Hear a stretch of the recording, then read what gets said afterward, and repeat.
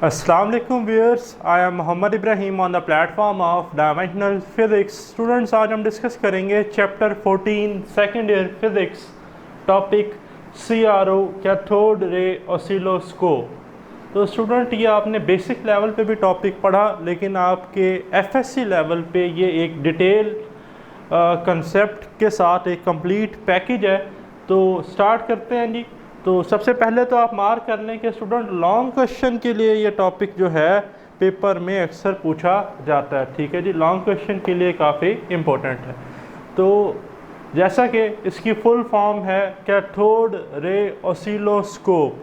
अब cathode ray mean कि cathode relatively होता है नेगेटिव। ठीक है, negative rays mean negative charge particle electron. जब वो जाकर किसी स्क्रीन पर जिंक सल्फाइड कोटेड स्क्रीन पर जाकर स्ट्राइक करें, ठीक है जी, तो वहाँ पर सिग्नल और पल्सेस हमें मिलें, ऑसिलोस्कोप वो जो ऑसिलेशंस हैं उन्हें हम व्यू कर सकें। ठीक है, तो इन 1897 एक साइंटिस्ट था कार्ल फर्डिनेंड, जर्मन फिजिसिस्ट, जिसने CRO जो है जी उसका कंसेप्ट प्रोवाइड किया। CRO is versatile electronic device. ठीक है जी, ये काफ़ी हमारे पास मॉडर्न, ठीक है जी, और काफ़ी हेल्पफुल डिवाइस है different kind of action perform करने के लिए।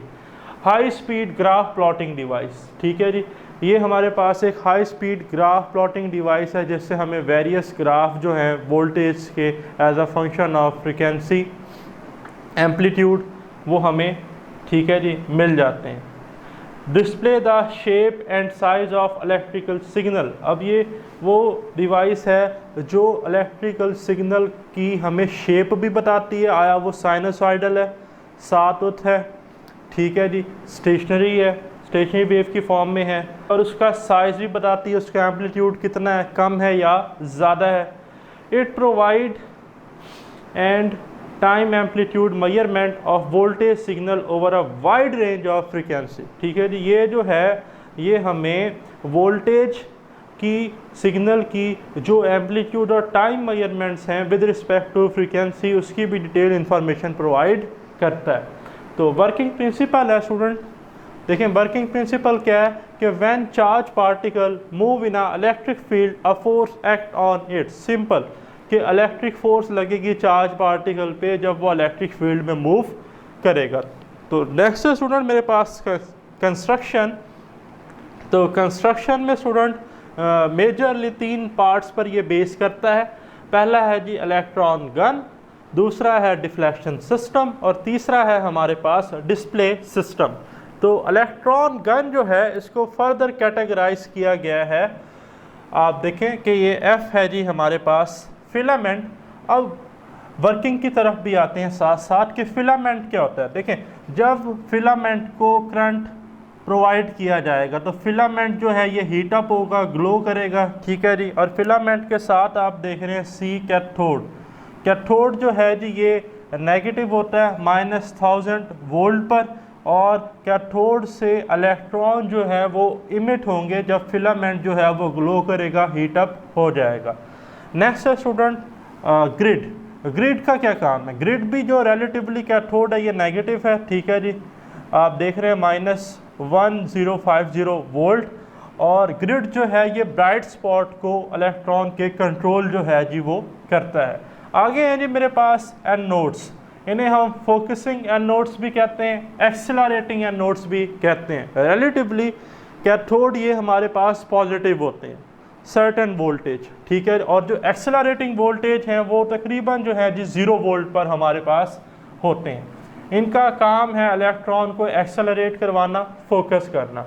आगे है जी एक्स प्लेट्स, हॉरिजेंटल डिफ्लेक्शन के लिए, ठीक है, जो इलेक्ट्रॉन आ रहे हैं ये हॉरिजेंटली उन्हें क्या कर देंगे, डिफ्लेक्ट। इसी तरह वर्टिकल प्लेट्स क्या कर देंगी, वर्टिकली उन्हें डिफ्लेक्ट, ठीक है जी। और हमारे पास एक सेटअप होता है CRO में जिसे हम कहते हैं TBG, टाइम बेस जनरेटर, उसे हम एक्स प्लेट पे अटैच कर देते हैं वेव फॉर्म सिग्नल प्रोवाइड करने के लिए। ठीक, तो ये था जी हमारे पास इलेक्ट्रॉन गन, ठीक है जी। उसमें फिर देखा डिफ्लेक्शन सिस्टम के पार्ट में एक्स प्लेट्स को और वाई प्लेट्स को। नेक्स्ट है जी डिस्प्ले सिस्टम। डिस्प्ले सिस्टम में मेनली स्टूडेंट हमारे पास है स्क्रीन। स्क्रीन पर कोटिंग की गई होती है जिंक सल्फाइड की, क्योंकि जब इलेक्ट्रॉन जाकर इससे स्ट्राइक करते हैं तो स्क्रीन ग्लो करती है, जिस वजह से हमें सिग्नल जो है जी वो नज़र आता है। ठीक है जी। तो स्टूडेंट अब आप देखें कि ये तो था इसका कंस्ट्रक्शन और इनके कंपोनेंट्स की वर्किंग। अब जो वेव फॉर्म्स हैं, सिग्नल्स हैं, वो हमें किस किस्म के और कब जो है वो प्रोड्यूस होते हैं। तो देखें मैंने एक टेबल बनाया है और आपको भी मैं रिकमेंड करूंगा कि आप इस टेबल को जो है जी वो ड्रा कर लें अपने पास। तो ये है जी मेरे पास एक्स डिफ्लेक्शन प्लेट के लिए एक्स, ये है वाई के लिए, ये है टाइप ऑफ सिग्नल और ये है वेव फॉर्म। तो देखें इनिशियली जब एक्स पर और वाई पर कोई वेव फॉर्म, कोई सिग्नल प्रोवाइड नहीं किया, ये भी ऑफ है, ये भी ऑफ है, तो कोई जो टाइप ऑफ सिग्नल है वो नज़र नहीं आएगा, नो वेव फॉर्म, और कोई हमें पल्स जो है वो नज़र नहीं आएगी। लेकिन जैसे ही टाइम बेस्ड जनरेटर की हेल्प से हम एक्स पर, ठीक है जी, वोल्टेज जो है वो प्रोवाइड करेंगे तो होगा क्या, as a function of time voltage जो है वो लीनियरली इंक्रीज होगा with a time period T. लेकिन टी पीरियड के बाद वो फौरी क्या हो जाएगा, दोबारा एक्चुअल वैल्यू पर ज़ीरो, फिर इंक्रीज़ होगा, फिर ज़ीरो, फिर इंक्रीज़ होगा, फिर ज़ीरो। तो इस तरह की वेव फॉर्म को हम कहते हैं सातुत। सा कहते हैं आरी को, ठीक है जी, आरी के दांतों जैसी, आरी नुमा।